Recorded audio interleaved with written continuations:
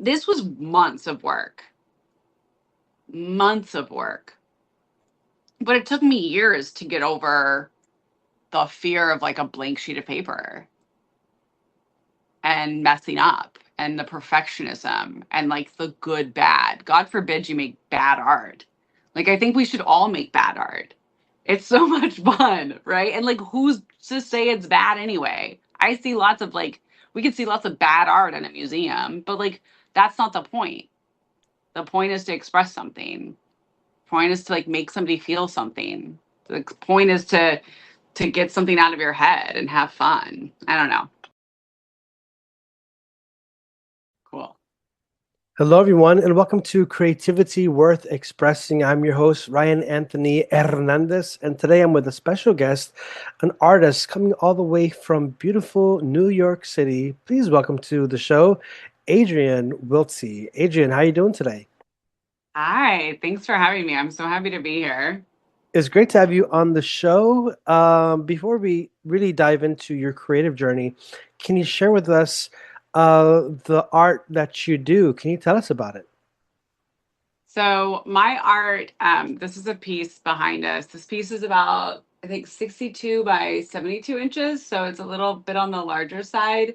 All of my artwork predominantly runs around themes of connection, connecting with our own hearts, with the divine, with each other, creating community, and really helping to be like a mirror for the beauty that's innately inside of us, and express that. So I hope that when people see my work, you can see whatever you want to see. It's like everything's a mirror, and so you're really going to see what's a reflection inside of you. But I hope people have a sense of wonder and awe and curiosity and like a desire to know more about themselves and like what's beautiful inside and out. Well, That's most of it. I'm looking at this interview at the moment as the interviewer. I'm looking at two angles, and I'm debating within myself which road do I want to go on, because of course I would love to explore, or the goal is to explore the creative journey of each guest. But I also see that there's a spiritual journey. So which came first? Was it the spiritual journey or was it the creative journey? I think in my heart and soul, I've always been an artist, but I was also deeply connected. I say that like my first friends were the stars.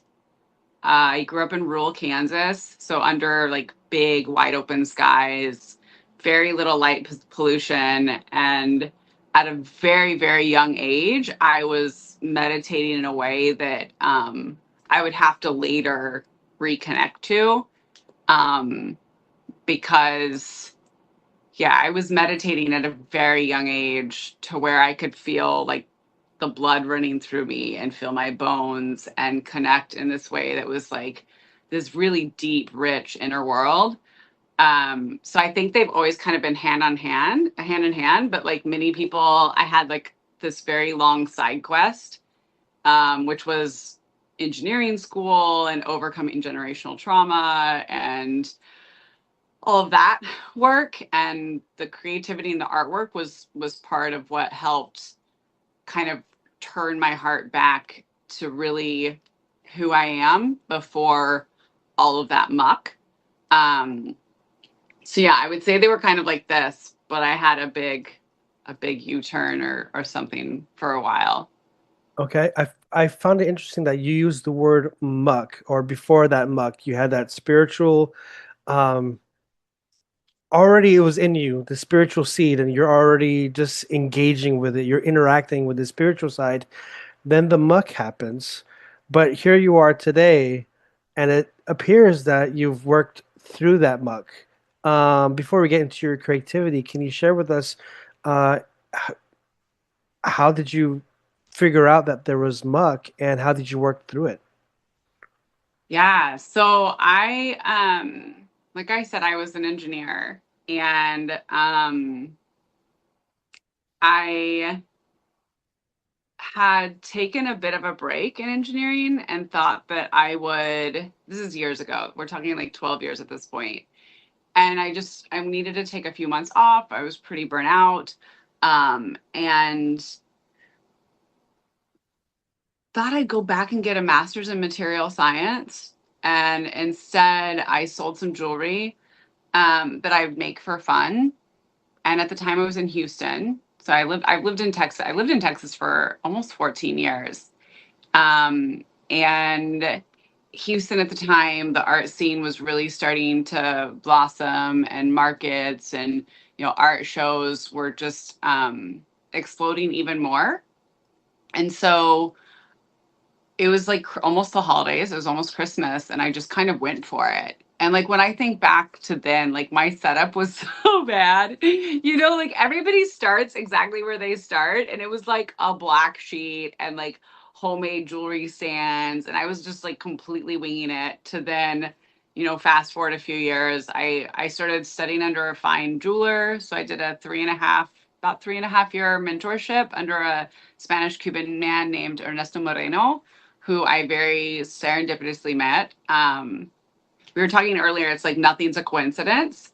Everything was very much like spirit, God, source guided, and this way of just like slowly unraveling um, all of that muck. Like I think like you have to get through the muck to really understand your magic or your inner beauty, and that's part of what the creativity allowed me to do.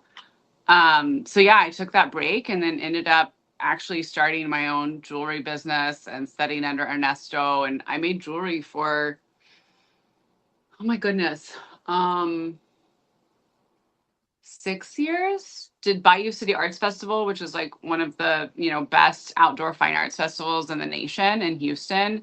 Did that several years, shows in San Antonio where you are, and kind of sprinkled across the country. And so that was a big part of me becoming more in alignment with who I really am. I don't really believe in labels. The closest label that I actually prefer is like a heart and a soul in a meat suit and Okay. like a child of source. But we can call that artist and mixed media artist and fine jeweler, writer, author, alignment facilitator, creative guide, all kinds of other things. But yeah, so it's been a journey. It's been a journey of about, I guess, 12 going on 13 years.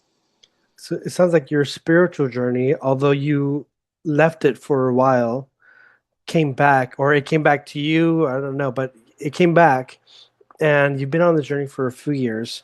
But now I wanted to step into the other road, which is your creative path. My first question for you is, what was it that initially sparked an interest or even a love for creativity to begin with? I mean, again, like this is what's so hard is like I don't think you can separate the two. And as I was kind of preparing for our talk today, I really thought like, oh, I can stick very in the bounds of creativity. And I just love that, like, nope, right off the bat, that idea was thrown aside. But I would say, like, even as a kid, I was happiest painting, drawing, making funny little sculptures out of found objects. Anything that I could do was in that creative realm at a very young age. And even fast forward to high school, um, I got really lucky. The first 2 years that I was in high school, I was in public high school, and we had a really lovely art program. And my art teacher, her name was Mrs. Scott, Judy Scott.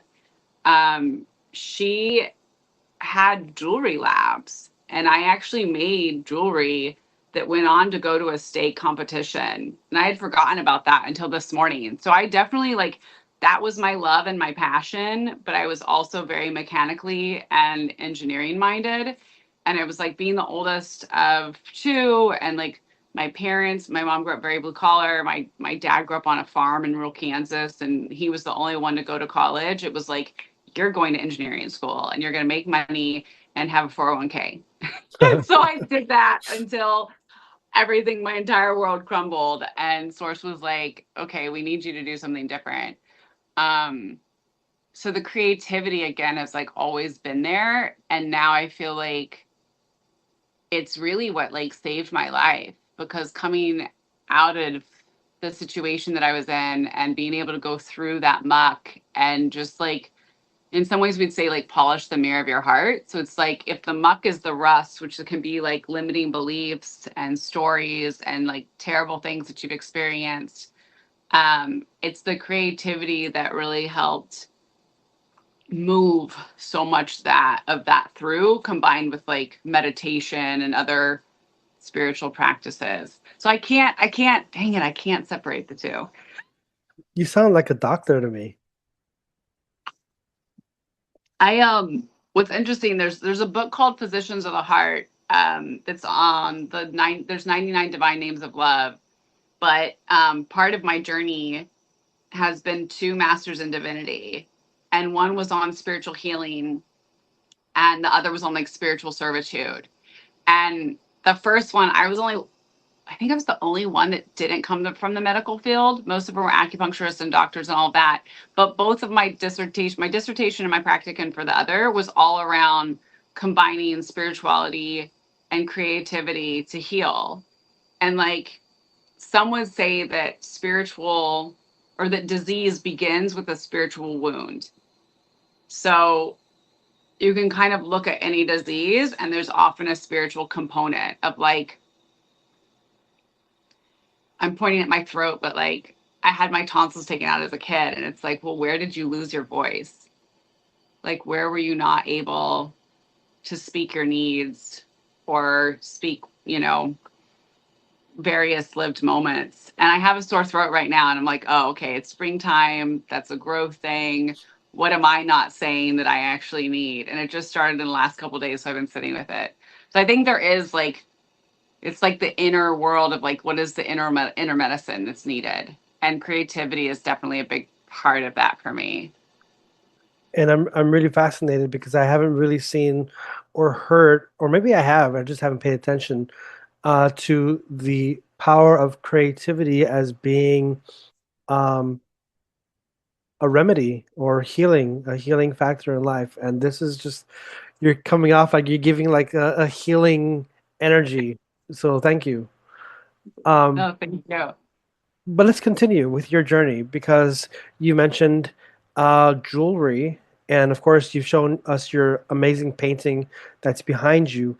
My question for you is, which came first? Was it the jewelry making, or was it painting, or which one did you take more seriously to begin with?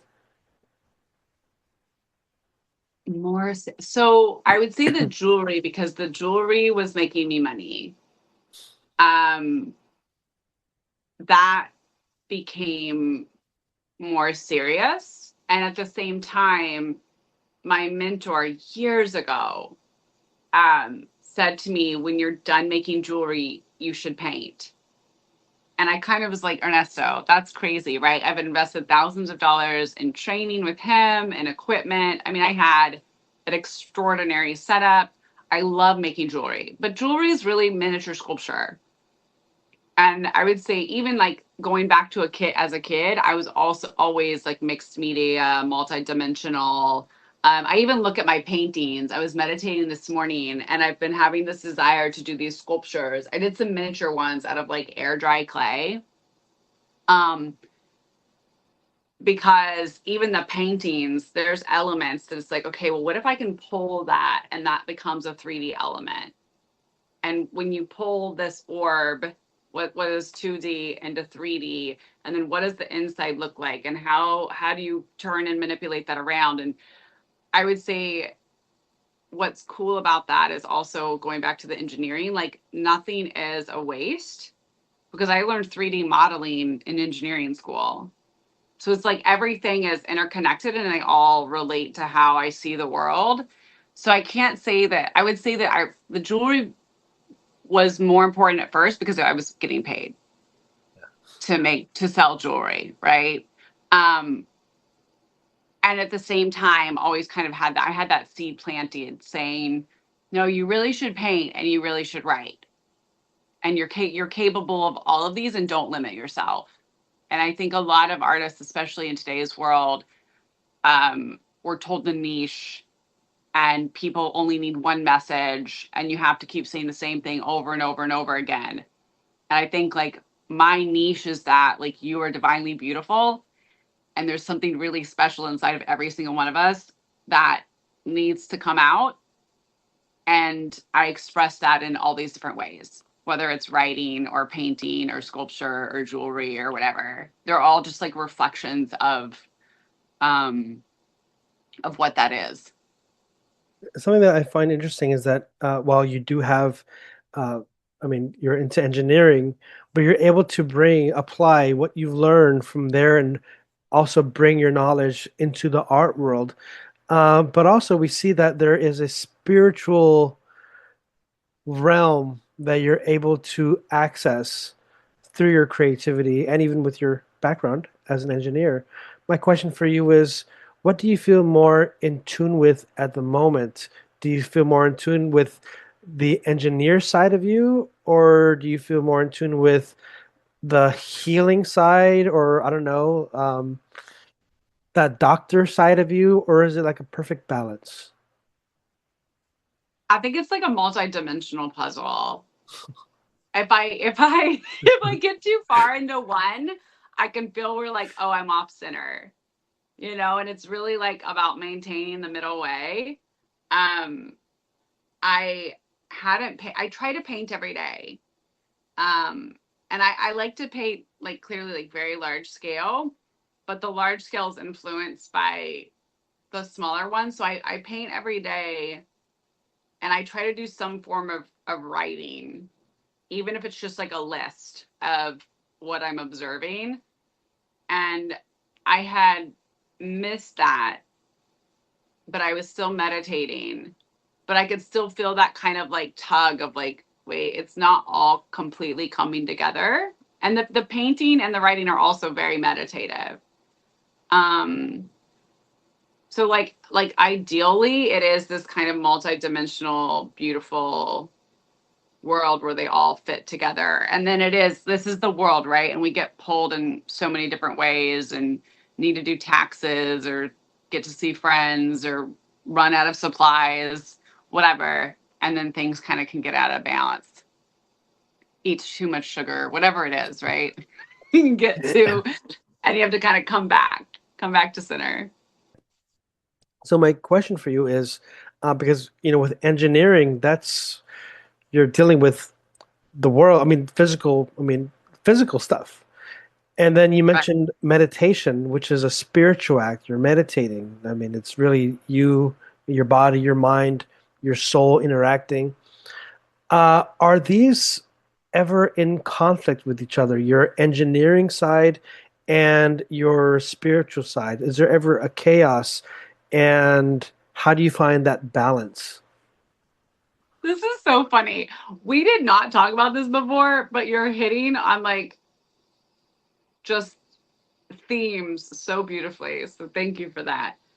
Um, One of the themes of my work, I think, is like it's getting through the muck into really understanding your inner beauty, the magic, right? But it's also like working through the chaos, finding the calm in the chaos. Um, I think at this point in my journey, one, I would always say to engineers, you have to be creative. Problem solving in its best is inherently creative. And a lot of engineers don't want to hear that, but I just think it's undeniably true. The thing is with engineering, like, and part of the way I see all these various components of our lived experience is like we all have tools, and there's part of the real skill is understanding like what tool in my toolbox do I need right now.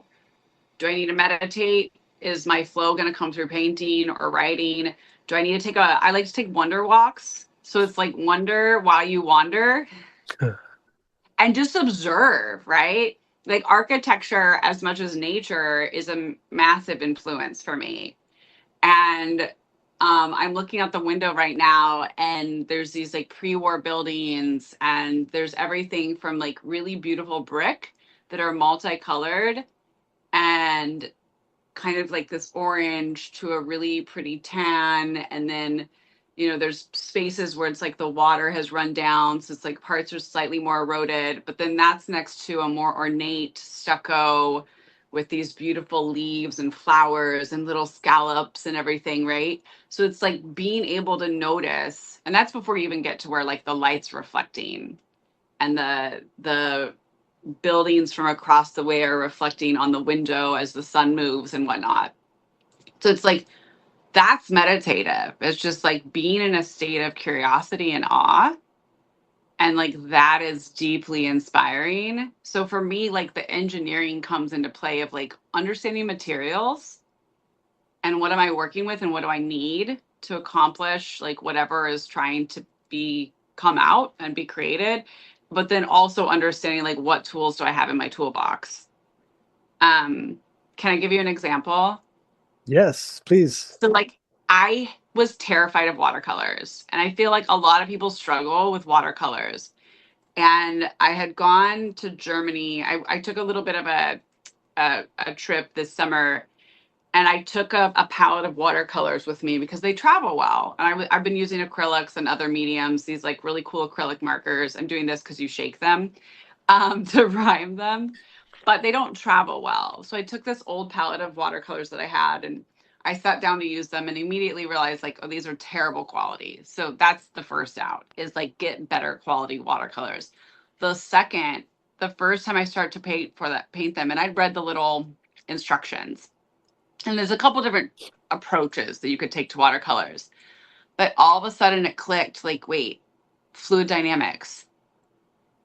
I understand fluid dynamics. I understand materials. I understand like viscosity and how, you know, how much water can a material take until it starts to, you know, break down and break apart. And like once I started doing that and playing with it, not from a place of like, I need to get this right and capture whatever, but can I just play with the material and get to know it from that outlook? That's when it became, oh, this is, I can make these paints do almost anything I want to. Hmm. And that's super fun and freeing. So it was like that little combination and click of like, what is science and the materials of it versus the freedom to not have to work within what might be like strict tolerances or an engineering, you know, that like boundaries, that like combination. I feel like I can make like really lovely, you know, watercolor-esque worlds. And all of that fear and like muck around this is hard and it's not going to be perfect or whatever went away. So when you're talking about the strict boundaries, like within engineering, and I'm not an engineer, I have no idea anything about it. I just know it's out there, and you guys help save the world, I guess. But anyways, there's a lot of precision to it, exactness. When it came to art and creativity, was it ever uncomfortable at any point when you weren't sure exactly how it was going to be? Because in engineering, there's like a precision. Did it feel kind of like out of your comfort zone, or how was that? For sure. I mean, well, I'll say that there's a lot of different art you can make, right? Like I have friends that are some of the world's best calligraphers that make these extraordinarily precise, beautiful. We were taking hours and hours and hours of just using gold leaf, right? I mean, just stunning, right? And they approach something from they have a design they're going to make. They literally line draw. It is like an engineering map, you know, and then it's so fine. Like I've seen artwork made with there's a traditional um method of making art that I believe is Pakistani, but is probably used elsewhere, where like it's literally just one hair that you make this extraordinarily beautiful, precise art, right? So there's that. And that starts with a plan. If I'm going to, I've sat and I've sketched nude models and done portraits and everything. That starts with a plan. Like you have a vision. I can look at your face. I can look at where the shadows land. the contrast, the form, right? Like everything is still mostly orbs. There's still all the basic shapes, right? So there's that type of art and the whole swath. Then there's something more abstract, more free flowing. And again, going back to like my mentor Ernesto, he always said, like, I don't care if all you have is a burnt stick. The question is like, can you communicate the feeling and the form of what you're wanting to communicate, which was typically jewelry. And that helped me break down this like perfectionistic tendency. Like I used to have to take a paintbrush like this and then tape a charcoal stick on top of it. So you have something that's like 1.5 to 2 foot and a big piece of paper and sketch whatever was in front of me. You can't be perfect that way. But the point isn't perfect. The point is communicating an idea and loosening up, like dropping the tension. A lot of us carry tension in the body. Well, whatever you draw when you're tense is going to feel tense. I'm pretty sure that even my friends, again, that do this like extraordinary calligraphy, they're not tense in their body. You can be precise and not tense. So I think on the engineering standpoint is understanding that like you have tolerances. Everything has a tolerance. There's a window. If you're shooting for whatever measurements, air measurements is 10 meters, there's a window of tolerance on either side of that. And that falls into acceptable for safety standards, production, whatever those means are, right? And once you understand that, that works. But then on the creative side too is like dropping all of that and understanding like most of the time, most paintings are really awful at first. This was months of work. Months of work. But it took me years to get over the fear of like a blank sheet of paper and messing up and the perfectionism and like the good bad. God forbid you make bad art. Like I think we should all make bad art.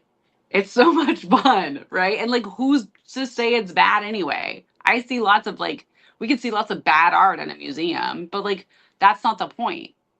The point is to express something. The point is to like make somebody feel something. The point is to get something out of your head and have fun. I don't know. Yo, I feel like you should have your own podcast. I feel like I'm on your podcast because I'm What you tell? learning. I'm sorry. I'm I'm just. I'm learning so much, and it's true. I mean, sometimes I have the podcast. I love podcasting. I love interviewing people. For me, this lights me up, and very rare do I have a conversation where it dims that light. It's happened before, very, very rare, but their majority creative people are just so inspiring. But there is that fear of the blank piece of paper. So I do have my art materials. I haven't made anything. It's just there collecting dust. And I'm like, I'm listening to you and I'm thinking, kind of like Nike, like just do it. Do it. Yeah, I mean, maybe I should run too, but I'll save that for another day. Maybe I can do the art first. But now I wanted to dive into. Oh, do you want to say something? I want to say something Yeah. because I have paper from when I was probably 15 or 16 that I am still working through. And there is nothing wrong with that. You know, like it is so easy to also feel ashamed of like, oh, I spent all this money on these art tools. You know what? You'd spend double now. Like the way prices, like, cool, you got Yeah. them, right? Like most things are not going to go bad. And if they do, it's okay. Start fresh. Like there's never a better time than to start, like whenever you do start, right? And like, I don't know, this notebook, I got stuff in front of me because I was like, I don't know what we're going to get into. This paper is so great. And every once in a while, like I decided to do like a quick warm up in crayon. I say that word weird. And then I was like, oh my God, did I waste a page? And I'm like, okay, that is not the voice that keeps you creative. Mhm. That's the voice that shuts you down. That's ridiculous.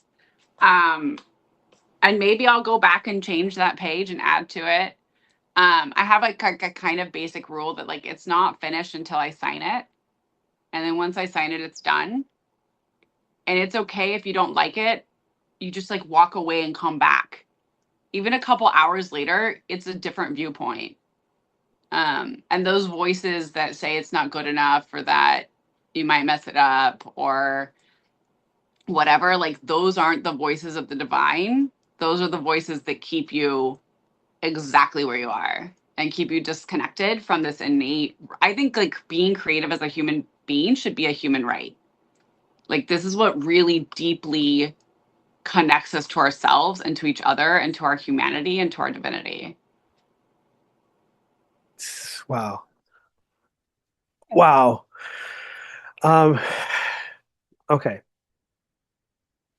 Ernesto, your mentor, right? Yeah. You were in jewelry, and he's telling you after this, you need to get into painting. Yeah. And at first, you're like, "What? Like, come on! Like, I'm doing jewelry," but you get Right. into painting.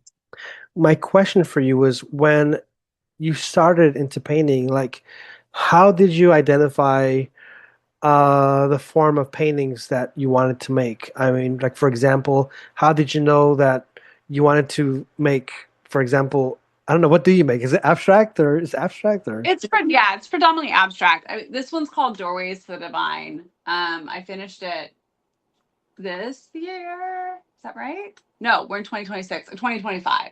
So yeah, this is Doorways to the Divine. It's in my new catalog. And yeah, it was like 4 months of work, 4.5. Um, And it's beautiful. Thank you. I'm ready for it to find a home. I love having it here. Um, and yeah, God willing, it finds a home. Well, So well, when you started painting, how did you know like the form of paintings you wanted to make? And because some might think, well, should I do impressionism or realism? Like, was there a way for you to identify where you felt most comfortable with? I started painting when Ernesto told me to paint. Within probably 6 months to a year, I did start painting. And I think what's important as an artist is sometimes you have to have something that you just do for yourself, especially in this world that we have and like the lens of the world as like a capitalistic structure. um we feel like there's a bit of a pressure to monetize everything, and I definitely like almost everything I start for myself ends up out in the world. I was just like, no, I wanted this to be mine. And like the universe of God is like, no, it's not just yours. And it was never really yours. I'm like, okay, fine. But I started painting really as part of that healing journey. And it was one of the forms that I felt like could kind of help release that tension that was in my body. It helped really like move things in a way that like moving metal didn't. Because moving metal and jewelry is a bit more precise and a bit more, there's a literal tension in it as you're moving those structures and stone setting and the gems and all of that. But it helped me loosen up in my design and it helped me really process and move. So I started painting over, it was probably 10 years ago on a more consistent basis, and then I took a decent break from it. Um, but I actually started painting nudes, and it's just like it's a classic form. And I think like where I was, I'm a 90s kid, and like if you know anything about 90s like diet culture in America, it was just awful. The body dysmorphia, the standards, and like we've seen kind of where a lot of those standards were coming from. And it's like not from a wholehearted, loving place as just like being a human being, let alone like what we were seeing in ads and all this, right? And so I was kind of unpacking a lot of that to really come home and like reclaim my own personhood. And then it's also just like a very classic subject. So I would take this is pre-pandemic, but I would go into a gallery and like they'll have models And it's just like, it's such a good form, right? To like understand the body more. And so I started out by painting nudes, and I did show and sell some of those at this point, like 8, 9 years ago in Houston. And they were really cool. I think they were really cool in that um, they were also very colorful. So one theme around my work has always been using color to express emotion. And so they weren't, like various skin tones. They were all bold blues, oranges, burgundies. There was a lot of fire, and then there was fruit. So very often I was kind of on this part of my journey of working through what is home and what ties us to home. And I think food is so important. And yeah, so I did start with like a very classic forms of the nudes combined with fruits and vegetables. And I think that's a nice place to start. Some artists, I've heard people give the advice that like you look at the painters that you like and you emulate what they're doing until you find your own way. And I think that's definitely like an option. I have my clear like influences in terms of the classics and painters. Um, but I think that's definitely a way if you're really like stuck, you know? Yeah. So that's where I started. And then I kind of took a break for a while and then got back into it more seriously. Yeah. Because it's gotta be serious, you know. Well, you mentioned, I think, in the very beginning, when I asked you to describe your art, and you were explaining a bit about the masterpiece behind you, and I think you said something to the effect of, when you're creating art, it's a bit of a reflection of the good coming out of the soul. I'm probably butchering what you said, um, but it looks like when you started painting, of course, you use examples, you use the nude models, but that's things that you can see, things that are tangible, painting what you're seeing. Now you're painting things from the soul, and people can't see the soul, but you can feel it. I mean, I hope you can or sense it. How are you able to um how are you able to pull out a feeling or a concept that is invisible, that is within your soul, and how are you able to put that onto the canvas? Mm. So I want to say that like some people do see, taste, hear, feel. Um, they're like all of our senses. There's various levels to those senses, um, and it's an interesting way of interacting with. There's the physical world, but then there's obviously these other energetic worlds.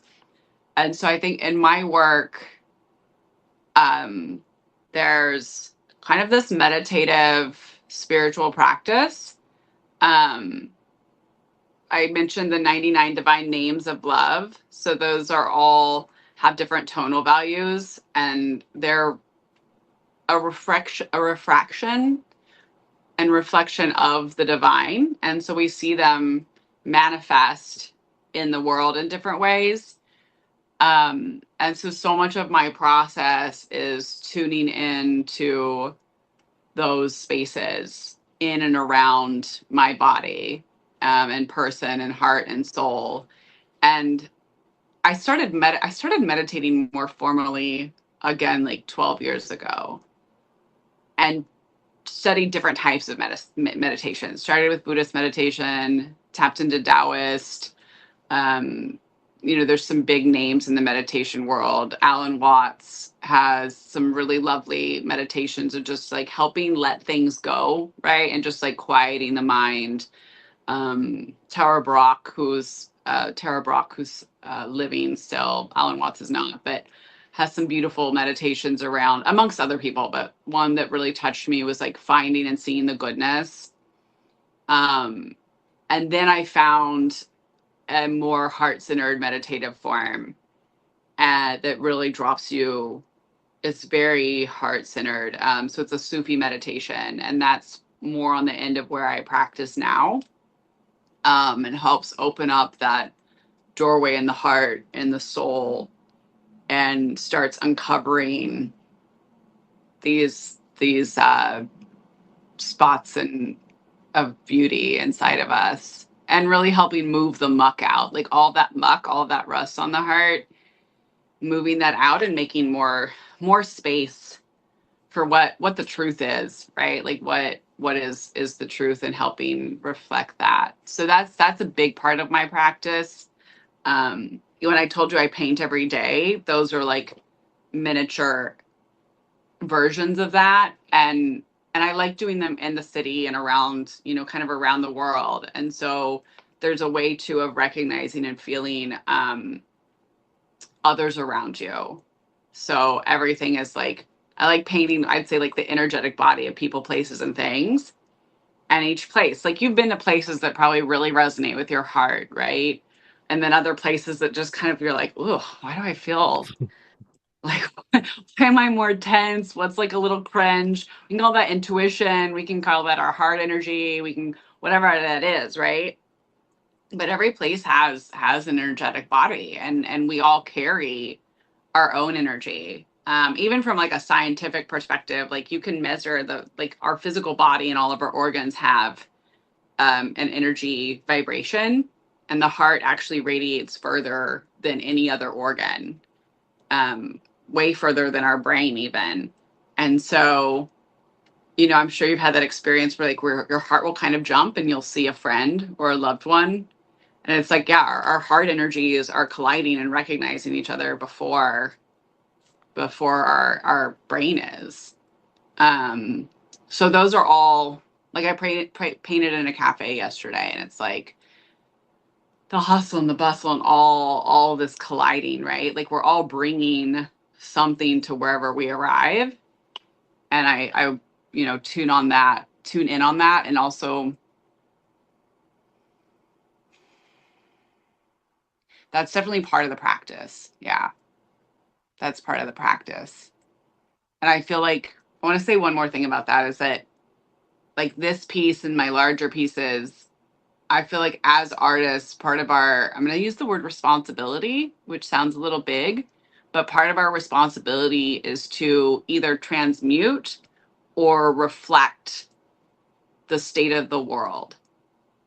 And I feel like part of my responsibility as an artist is to transmute um, part of, like, the global consciousness and energy of a place, of a global community, and to move some of that muck into, kind of accelerate the healing on a more conscious level, um and to say that, like, there is beauty in this world, and let's have more of it, and move some of the muck out. Oh, now it's getting deep. It's getting deep, but that's the beautiful thing about art is that I think it depends on the artist. It can be a half-assed art, and go ahead if you like that. But there's some art where it is deep and it compels a a viewer, I guess it can compel someone who's beholding this art to allow themselves to be profound. Take that moment to absorb what they're looking at. And I'm looking at not only the art behind you, but I've seen the art that you've created, and it's good. And when I'm seeing this, because you also mentioned about the responsibility, in the world, but on a personal level, do you feel that we, like the viewers, are we beholding your soul a bit? Is there a bit of you in it? Yeah. I don't think there's any way for there not to be. Um, I'm looking. I have a wall full of art right now, so I'm looking at a few of the pieces. Like, some of them are definitely more in that vein than others. Yeah, I like the one behind me feels more, for me. It's more of, it's called, titled, Doorways to the Divine. and it's one of a series. And that feels more of a universal, like that the intention behind it was more of a universal consciousness. And literally doorways for the viewer to present it in a way that even on a subconscious level opens something in them. And then there's others that are more a glimpse into part of me that that this might be the only way that it's accessible if you didn't know me more personally. Have there been any art pieces that you have sold which stand out as being difficult to sell because you had a strong connection with that art piece? There's definitely ones that I was like, ooh, that went a little too soon. Which is like not a bad thing, right? Like you want them to find homes. I can't, nor do I want to keep everything. That's not the point. Um, but there have been a few pieces that I was like, oh, I would have liked to have lived with that longer. Even on the jewelry side, I get on the jewelry side, it's easier because my artwork and my jewelry featured a lot of really beautiful gemstones, and I would hand select them all, and they all I all obviously have an energetic body, and that energetic body supports you in a different way, right? And that made it a little easier to be like, oh, I can keep this one. But then every once in a while, like I've definitely sold jewelry off of my body or even given it away because it's like, oh, this doesn't, nothing belongs to me. Mhm. Like I am of the stardust and the earth and we'll return to that. And you go sometimes, okay, well, this is really special and I'd like to have this for a while. And then sometimes it's like, oh no, this is meant to move on to this other person. So I think on the jewelry end, especially, yeah, especially, and the paintings. So I do these inner world portraits, and it's a sit down experience. And alhamdulillah, which just means like all praise to God for everything. Like I've been able to do them in multiple countries and kind of across the United States. And it is a very like interactive experience between me and another person. Um, and every once in a while, there's one where I'm like, oh, that one was really cool. Right? Because they get to keep it immediately. It's like the size of a baseball card typically, and they get to keep it. But it is a reflection of it's we're in a mirror situation, right? Like whatever goodness you can see in me or whatever you see in me is actually because it's in you and you can recognize it. Like we can't see anything that's not in ourselves. Even just like a tiny speck of something. So yeah, there's been a few of those that I was like, oh, that's a really good one. That would be cool, you know. And I have photos of all of them, and like they're also studies, right? So like things influence, everything's always influencing us whether we realize it or not. But there's definitely been a few of those that I'm like, oh, that was really fun. But it's also like such a reflection of that moment in time, you know. That's such a gift to be able to be with someone and to be with their heart and soul. Yeah, I'm really enjoying this interview because I mean, it's, we see the love that you have not only for your art, but also the love that you have for life because you're out there, like you said, traveling to different countries, making art and just connecting. And I think it's a beautiful thing to see that radiance. This is what life is all about, is making an impression and sharing it. And sometimes it's hard to share because we want to keep that little piece a little bit longer, but you're still giving it away. And I think that's a beautiful thing to learn. Sometimes it's okay to give. And I wanted to continue. I can stay on the subject, but I'm gonna, with that about the giving, I wanted to jump now to something that you've given to us, and that is a book. You've also written a book that's out there that I believe, I don't know, I've never checked out the book, but it sounds healing by the, from what I've read. Can you share with us what the book is? So the book, I will preface this to say, this is one of those things that I thought was just for me. And about halfway through, my best friend who's in Houston, Texas, um, she said, "Hey," she calls me A.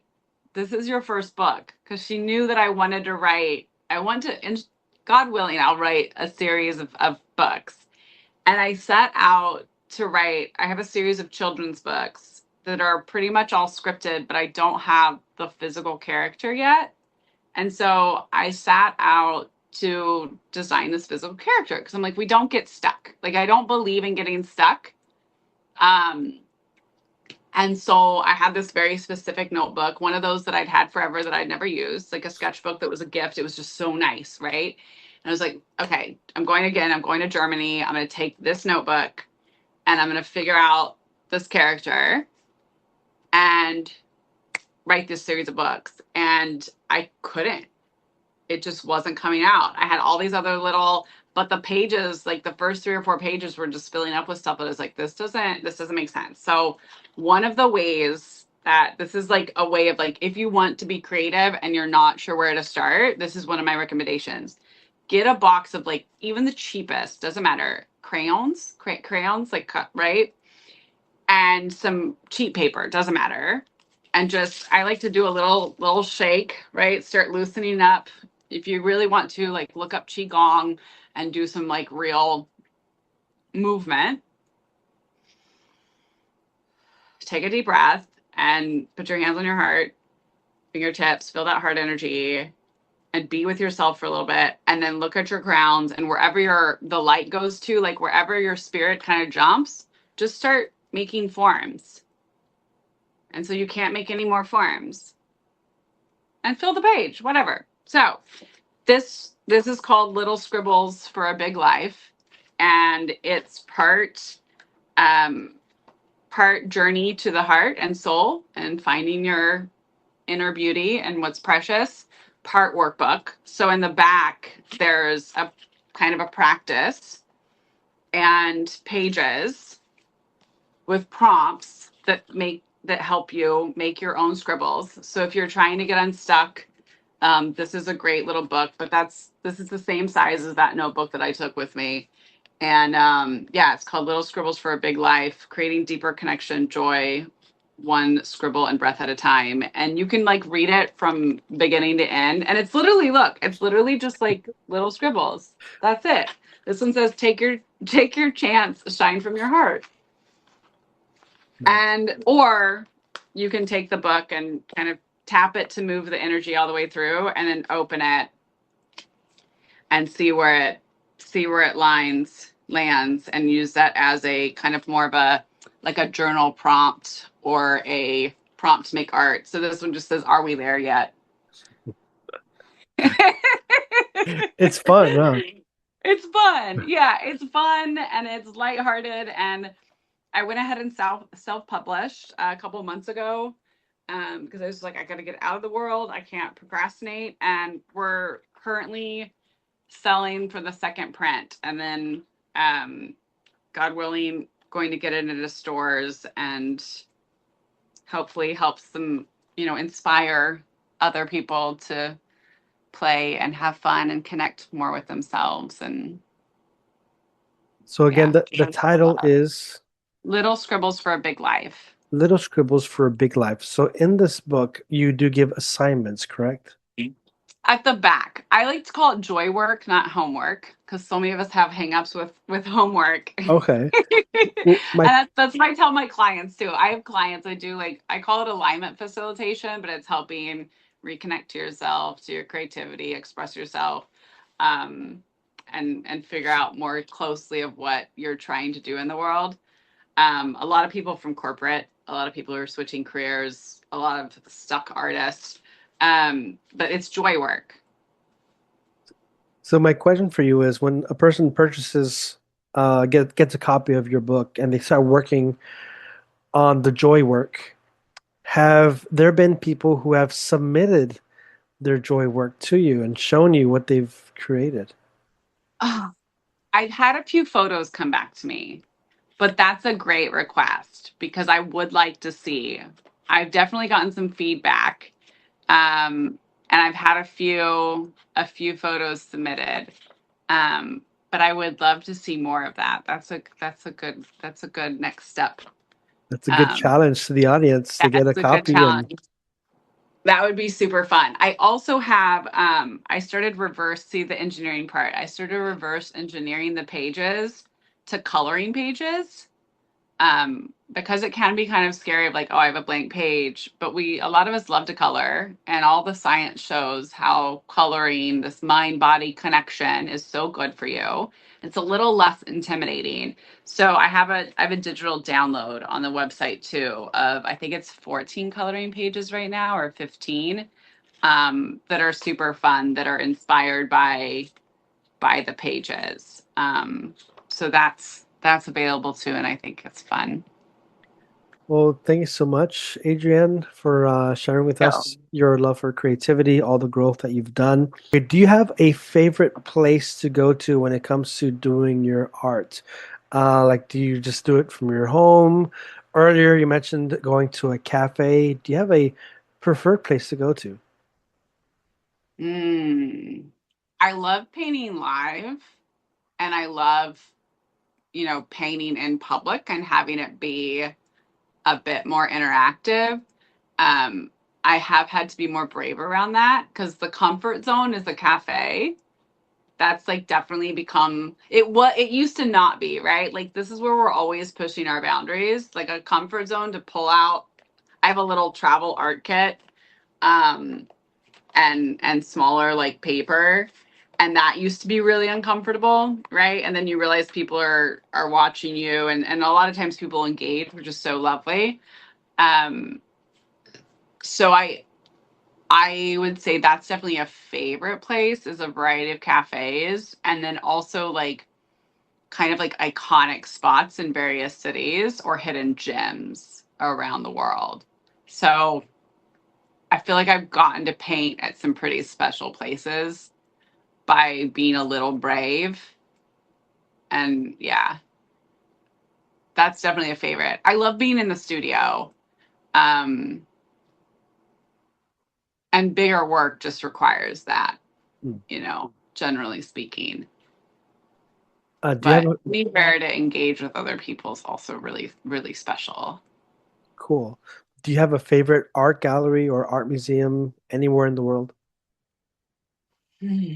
So yesterday or 2 days ago, I went to the Guggenheim in New York, which is probably my longest standing favorite. I also am influenced by architecture, and it's a Frank Lloyd Wright building, Hmm. which Frank Lloyd Wright, iconic American architect, but most of the time his buildings are not ones that you can really interact with. You can go see, and that is the museum, is like going into the building, or there are like people who own his private homes. Um, but the Guggenheim is one of his where it's like, oh, you can actually use the bathroom. You can go up and down the elevator. And then it's also housing art. So there's a Brooklyn based sculptor on view right now at the Guggenheim, and I loved going to see her work. It was very wonderful. But another favorite is a favorite artist of mine, Miro, who was a Spanish artist, and his museum is in Barcelona, and I was able to go to it this summer.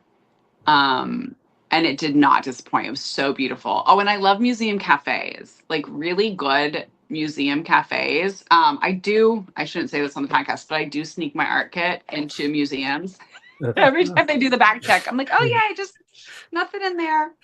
Like, please don't see that I have, nobody like a museum doesn't like a Sharpie marker in their in their museum for obvious ways. I'm like, no, I just want to sit in your cafe and paint. Um, but yeah, I do love museum cafes as well. The Guggenheim's amazing, and I really want to go to the Guggenheim in Bilbao because it's another architect. That's Frank Gehry, who's another favorite architect of mine. And then there's just like a whole bunch that I probably want to go to that I haven't yet. So has your art been exhibited all over the world? My art, I've had shows in New York City.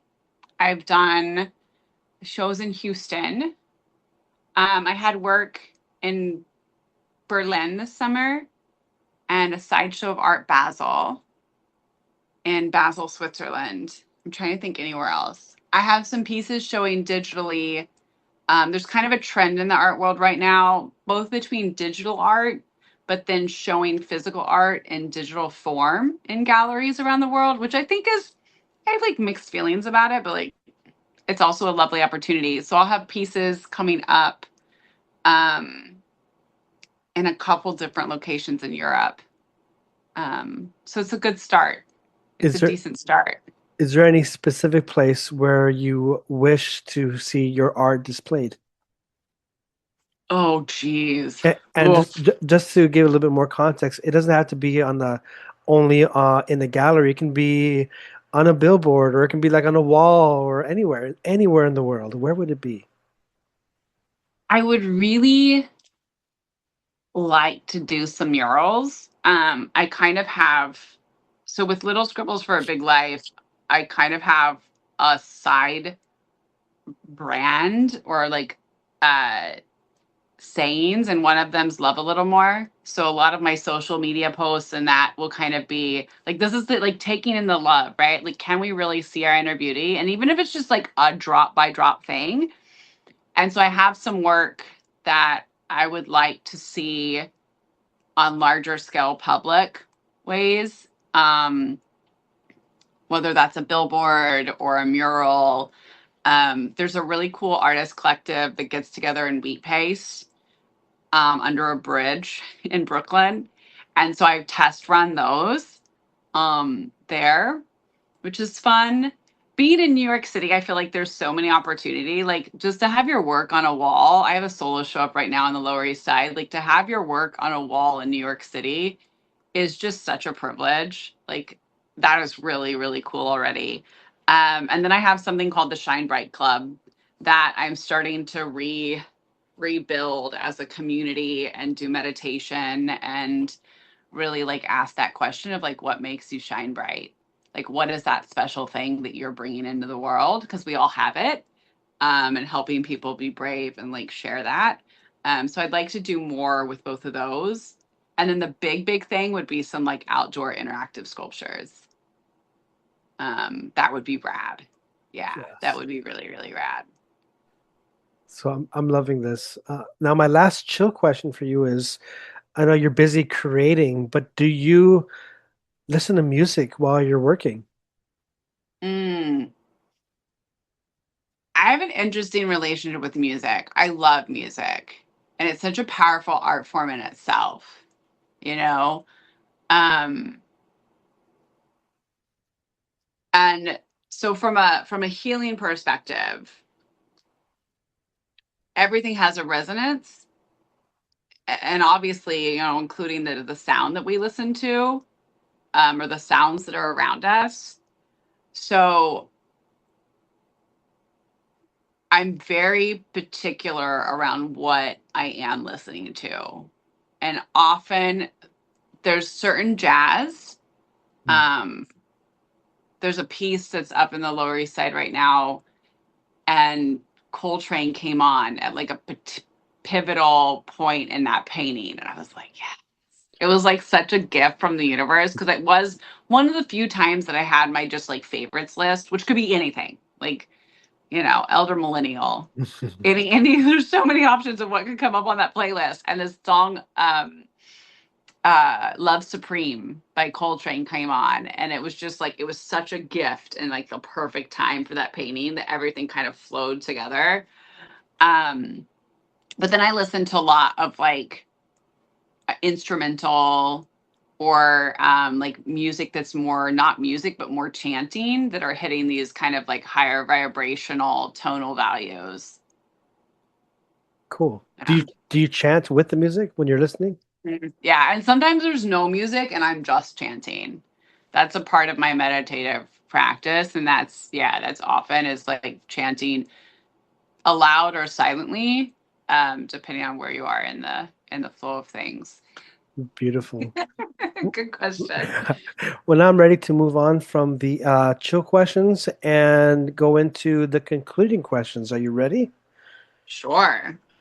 Okay, my first question for you is, are there any artists out there whom you suggest we keep an eye out for? Okay, I'm gonna be super biased right now because there's extraordinary artists and there's some really amazing contemporary artists that are up and coming in all different, various ways, globally, nationally. My particular favorite artist right now, and she would probably squirm if I said this, is also my best friend Carla, and she's doing really. She's a Black woman in Houston, Texas, who's just doing really beautiful work around um, family and community and working with your elders and honoring your lineage. And she's been in several shows as of recent, and her work is mixed media and kind of multi-dimensional, really beautiful work. A little bit of collage. Collage is definitely having a moment. I highly recommend everyone trying collage because it's so therapeutic. But her work is just I think it's really impactful and says something, really hits a note of kind of the work we need or could be doing as a society to really look at our our heritage and our lineage as a person and as a family, but also as a global community. So I'm definitely a fan, and her Instagram's Carla Sue HTX. So I'm a big fan of what she's doing right now, and she's also holding community um, workshops called Jazz and Journaling. And so if you're in the Houston area, you should definitely check that out. Awesome. Now, are you ready Thanks. for That the? was just 90 seconds of bragging on my bestie. Hey, you're allowed. I mean, this is part of the podcast It's experience. This the is truth. so you ready for the last question? Sure. Okay, Adrienne, why is creativity important for you? For me personally,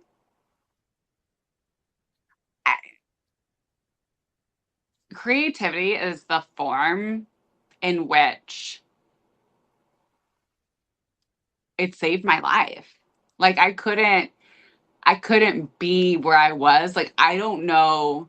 I believe in God, source, the universe, like whatever that universal note that rings that ties us all together. And I know that anything is possible, but this was the vehicle that has helped me love myself again and really see the beauty in not only me, but hopefully be able to reflect that into the world.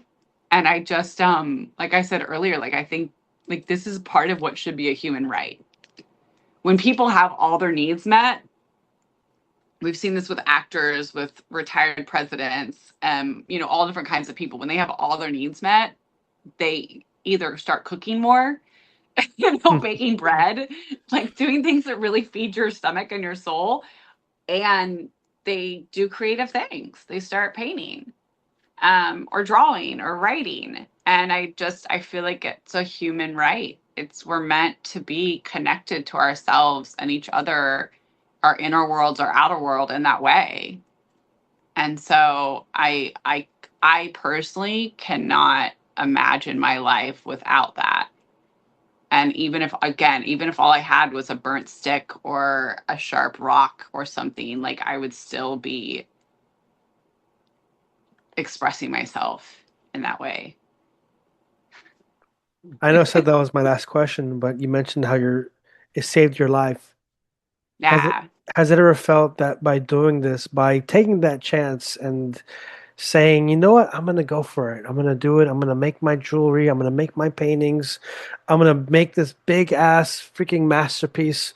Do you think by taking this leap of faith and acting on it, yes, it's saved your life, but do you think that it's also changed you as a person? Absolutely. I mean, I think it's not that it even changed me, it brought me back to who I really am. It brought you back. Yeah. The parts um that I lost for a good 20 years, 15, 20 years. Yeah. It brought me back. Well, I'm glad you're back. It was like resuscitation, like yeah. Well, thank you Yeah. so much for sharing. It's been a very beautiful interview. Hearing all that uh, that you love coming out, not only in your paintings but also in this interview. So, for those who are interested, where can they learn more about you, and where can they find things like your art and more stuff about you on the internet? Sure. So my website is shinewitha.com and my Instagram is ShinewithAdriane, Adriane. Those are the two big places that you can find me. I would say it's Instagram, website. I'm on the other platforms, but if you get there, you can find everything else. All right. Do you have a YouTube as well, or is Ugh, not yet. not yet? Not yet. It's coming. I think it's coming. I do live stream on a couple different platforms, um, which is also really fun. So, but if you go to my website, yeah, if you go to my website, you can find everything else. I'm live streaming right now on not. Whatnot. Okay. Yeah, which is fun. It's like a lot of live painting. Sorry. I'm gonna make your editing of your podcast horrible here. I live stream on Whatnot like once a week, which is fun because there's live painting, and you can usually like if you're an early art collector and you don't want to spend a lot of money, that's where you can find like steals and deals, Nice. things that you wouldn't otherwise be able to access. And then hopefully on Twitch soon. We'll see. The tech site's not my thing. I Mhm. need like tech help big time. Yeah, it's a lot You of know, work. it's a lot. Yeah. So, if someone wants to get your book, they can also just go to your website. Just go there. Go to my website. Yeah. And right now, again, we're pre ordering because I am printing these all like in the US. And once we hit a certain number, but it's all on there. And then I update people with emails. So you won't probably have the book for like 6 weeks Okay. because I sold out the first run, which Which is a is good thing. it's a good thing. Yeah, it was Yeah. great. It was great. But we're trying to sell out another run. And A- then, yeah, we'll go from there. And with your art, do you only sell like what you have available, or are you also open to doing commissions? Oh, commissions are open. Yeah, commissions are open. Everything from those shorter experiences of an inner world portrait to larger scale pieces. All right. Well, hey, thank you so much, Adrienne, for being an awesome guest on the podcast. As I've already stated a couple times, I really enjoyed this interview. I always love interviews, but there's some where it shines a little bit more, and I mean that's part of your thing, shine with Adrienne. So Yeah. thank you so much for sharing your shine with us today. And to the audience, thank you so much for tuning in. If you've enjoyed this episode, which I hope you did, please feel free to give this episode a like, follow, a subscribe if you're watching this on YouTube. Don't be shy. Also, feel free to comment. And if you're listening to this over on a podcast platform like Spotify or wherever, feel free to leave a review, and hopefully it's a nice one, and comment as well. And please feel free to share this episode so that more people may discover the amazing art which is created by our guest today, Adrienne. And if you want to help me out, you can do so. You can help me out as well by buying me a coffee at buymeacoffee.com/truth, that H7. All of your contributions help me to keep this podcast going and helps me to pay the bills. So thank you everybody who's tuned in, who's subscribed, who's followed. And again, Adrienne, thank you so much for sharing your love for creativity. I've enjoyed this so much. Thank you so much. It's been really nice.